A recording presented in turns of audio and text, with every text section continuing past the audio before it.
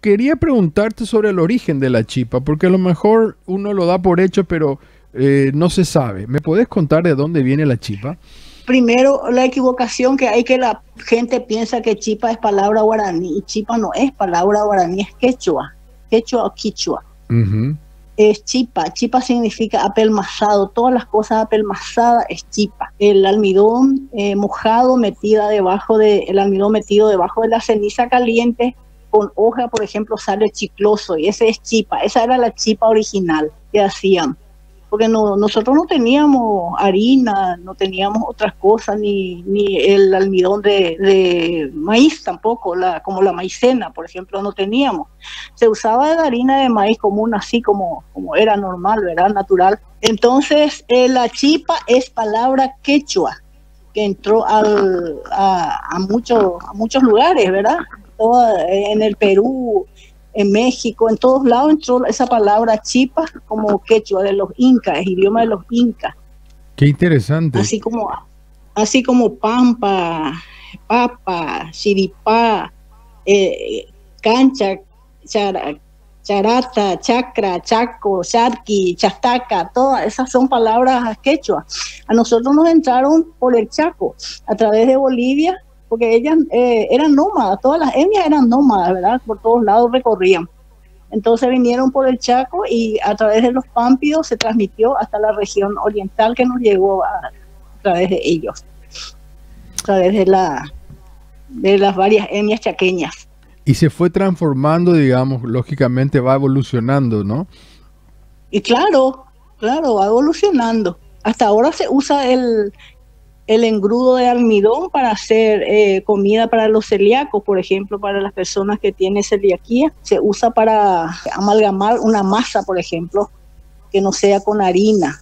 La harina de maíz, por ejemplo, no tiene gluten, entonces no se puede hacer una masa con la harina de maíz, porque necesita una goma como el gluten.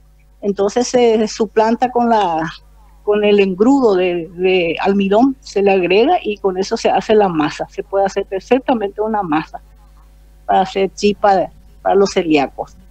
De hecho que entonces, digamos, en esa evolución, nosotros como país, digamos, como Paraguay, es como que asume la autoría de la chipa, digamos, ¿no? Porque ahí, como vos decís, y se consume también en la Argentina, hasta en Buenos Aires se vende, pero... En todos lados, es un alimento regional. Nosotros no podemos adueñarnos de la chipa, decir que es solamente nuestro. Si se come en el Brasil, en el norte del Brasil, se come en la Argentina, en Bolivia se llama cuñapé. Y tienen distintos nombres, le ponen.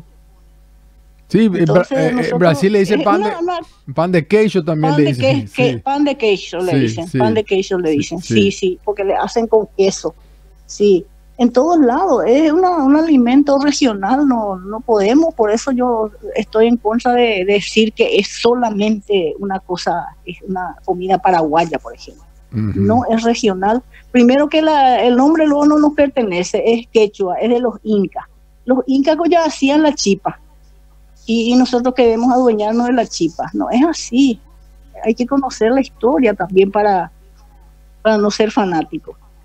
Ahora, de todas maneras, en estos otros países que citaste, digamos que sí hay, yo no lo sabía, pero no es, digamos que uno no ve en las calles como acá, digamos que se ve en las esquinas, se ve en todos lados, se ve en la ruta, o sea, no, capaz que nosotros nos adueñamos, por decir así de alguna manera, ¿verdad? Sí, en nuestro es más general, más en todo el país.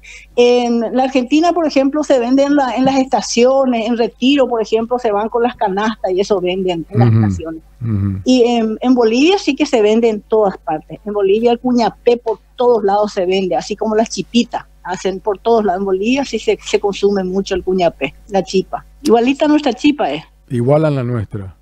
Igualita es. Le ponen queso también.